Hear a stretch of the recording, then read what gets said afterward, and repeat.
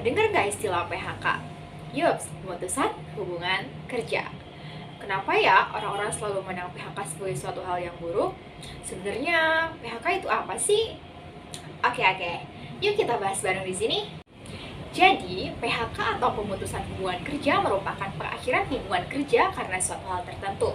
Misalnya karena pekerja melakukan resign, perusahaannya mengalami kolaps ataupun pilot, atau bisa jadi karena pekerja itu melakukan kesalahan ataupun pelanggaran.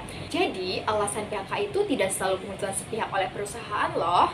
Seperti doktrin-doktrin yang beredar di kalangan masyarakat Indonesia yang memandang PHK itu sebagai suatu hal yang buruk.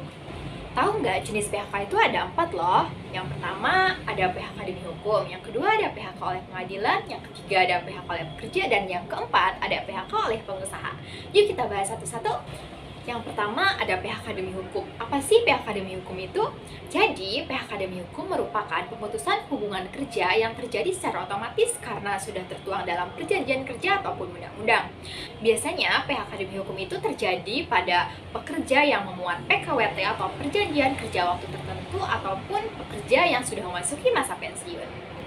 Yang kedua, ada PHK oleh pengadilan, yaitu PHK yang didasarkan pada putusan pengadilan, khususnya pengadilan hubungan industrial, di mana proses penyelesaian perselisihan pemutusan hubungan kerja yang diajukan oleh salah satu pihak, baik pekerja maupun pengusaha. Selanjutnya ada PHK oleh pekerja, atau biasanya kita sering mendengarnya dengan sebutan resign ataupun mengundurkan diri. PHK oleh pekerja ini merupakan tindakan pemutusan hubungan kerja oleh pekerja terhadap perusahaan tempat ia bekerja. Dan yang terakhir ada PHK oleh pengusaha. PHK jenis ini nih yang biasanya dicap buruk oleh masyarakat.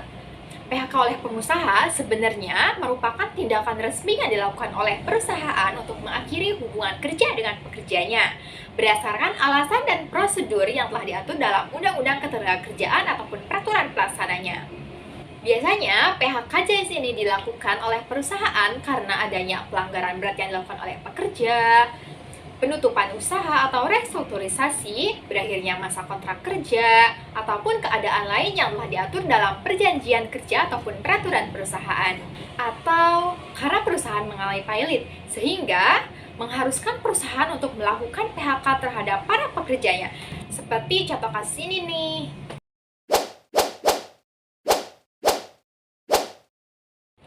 Oke, gimana? Ada yang tahu nggak berita tadi? Yaps, berita mengenai PT Marua Indonesia. Jadi, pada awal April 2025 kemarin, PT Marua Indonesia ini melakukan PHK kepada 205 karyawannya yang terdiri dari 49 karyawan tetap dan 156 karyawan kontrak.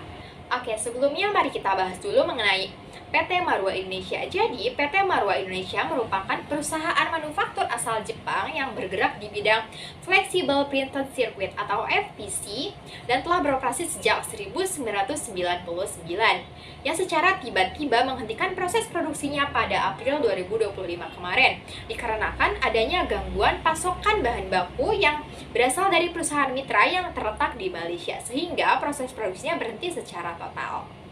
Jika melihat dari situasi perusahaan, maka dapat disimpulkan bahwa perusahaan ini mengalami pilot, sehingga berdampak pada para pekerjanya yang mengalami PHK.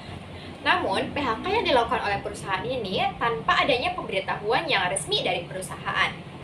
Dan PHK yang dilakukan perusahaan ini tidak sesuai dengan ketentuan yang seharusnya, di mana sebelumnya pihak manajemen ini hanya melakukan pertemuan terbatas yang menawarkan pesangon yang nilainya jauh di bawah dengan ketentuan undang-undang yang ada, bukan melalui perundingan bipartit yang melibatkan seluruh karyawan ataupun perwakilan serikat pekerja. Oleh karena itu, para pekerja ini menuntut hak-hak mereka termasuk pesangon yang belum terpenuhi.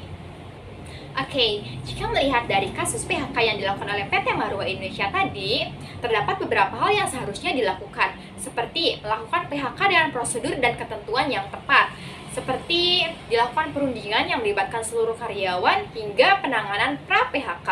Hal tersebut bertujuan agar para pekerja mempersiapkan diri dan dapat menegosiasikan terkait hak-hak mereka, di mana para pekerja yang mengalami PHK atau pemutusan hubungan kerja ini mempunyai 4 hak yang harus dipenuhi. Yang pertama ada hak mendapatkan uang pesangon, yang kedua mendapatkan uang penghargaan masa kerja atau UPMK, yang ketiga mendapatkan uang ganti rugi penggantian hak atau UPH, usaha, dan yang terakhir mendapatkan uang BPJS Ketenagakerjaan. Melihat dari kasus PT Marua Indonesia ini, mungkin sebagai solusinya dapat dilakukan melalui proses mediasi antara perusahaan dan para pekerja agar mendapatkan kesepakatan terkait hak-hak mereka yang belum terpenuhi. Jika kesepakatan dalam proses mediasi ini belum tercapai, dapat dilakukan penyelesaian lebih lanjut di Pengadilan Hubungan Industrial. Oke, cukup sekian video dari saya. Terima kasih. See you later. Bye-bye.